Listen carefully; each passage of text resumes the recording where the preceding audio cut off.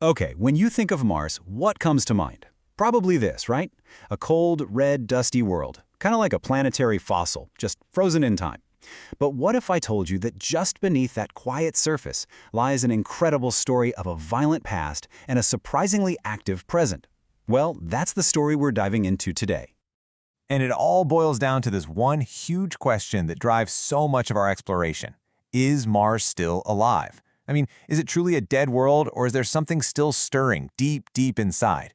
The answer, as we're about to find out, is way more complex and, honestly, way more fascinating than we ever thought possible. To get those answers, we had to send a detective. NASA's InSight lander wasn't looking for little green men or anything like that. Its mission was to listen. It put a seismometer on the Martian surface with one job: record the planet's faintest vibrations, its Marsquakes, and use those little clues to unlock the massive secrets hidden in its core. And that's exactly where our investigation begins.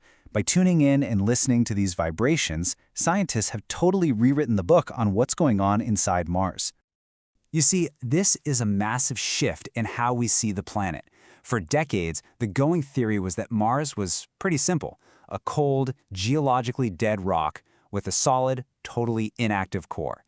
Kind of boring, right? But the data coming back from InSight? Oh, it paints a picture of a world that is so much more dynamic, with this complex, active interior just brimming with seismic surprises. So how do we know all this? I mean, it's not like we can drill down there. It all comes down to seismology.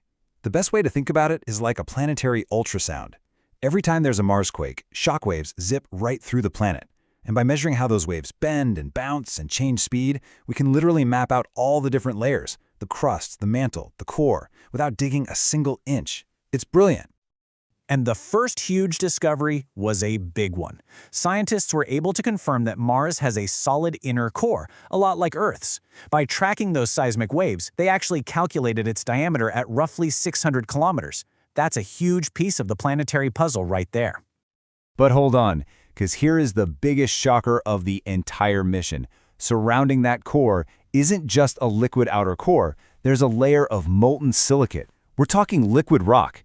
This discovery is a total game changer. It means Mars is not entirely frozen solid. A part of its deep interior is still molten, which pretty much blows that whole dead planet theory right out of the water.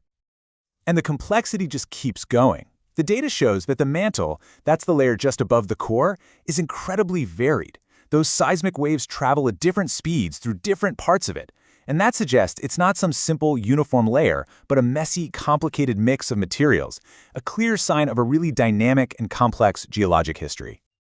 Now, this active interior we're seeing today is a direct result of the planet's wild past. To really understand the Mars of today, we have to rewind the clock and look at its brutal, violent youth. You know, the clues to its complex interior were literally forged in fire and chaos billions of years ago. One of the oldest mysteries about Mars is its split personality. Seriously, if you look at a global map of the planet, you cannot miss it. Mars is literally split in two. The question is, why? On one side, you have the northern lowlands. They're smooth, low-lying, with a younger crust. Then on the other side, you've got the southern highlands, ancient, absolutely battered with craters and sitting way higher up. This massive feature, called the Borealis Basin, is one of the biggest impact basins in the entire solar system. So what could possibly cause a planet to look like that? The leading theory is a single, cataclysmic impact. Sometime way back in its past, an object about the size of a dwarf planet likely just slammed into Mars, completely shearing off the crust of the northern hemisphere and reshaping an entire world in one incredibly violent moment. And here's the thing, that wasn't a one-off event. Early Mars was, as scientists put it, forged in a period of heavy bombardment. We're talking hundreds of millions of years where the planet was stuck in a cosmic shooting gallery, an era of non-stop intense impacts that would have devastating consequences for its future. And those consequences were profound. This history of violence didn't just carve up the surface of Mars, it actually caused the planet to lose entire features, entire worlds, you could say, that could have made it a completely different place today. This timeline really shows the critical sequence of events. It all starts over 4 billion years ago with that heavy bombardment. Then you get these giant impacts reshaping the planet. And here's the crucial part. Scientists believe those impacts delivered so much energy that they completely disrupted the planet's core, causing its protective magnetic field to just collapse. And this kicked off a catastrophic domino effect. Okay, so step 1. The impacts scramble the core's dynamo. That's the churning liquid metal engine that was powering the magnetic field. Step 2, the protective magnetic shield fails.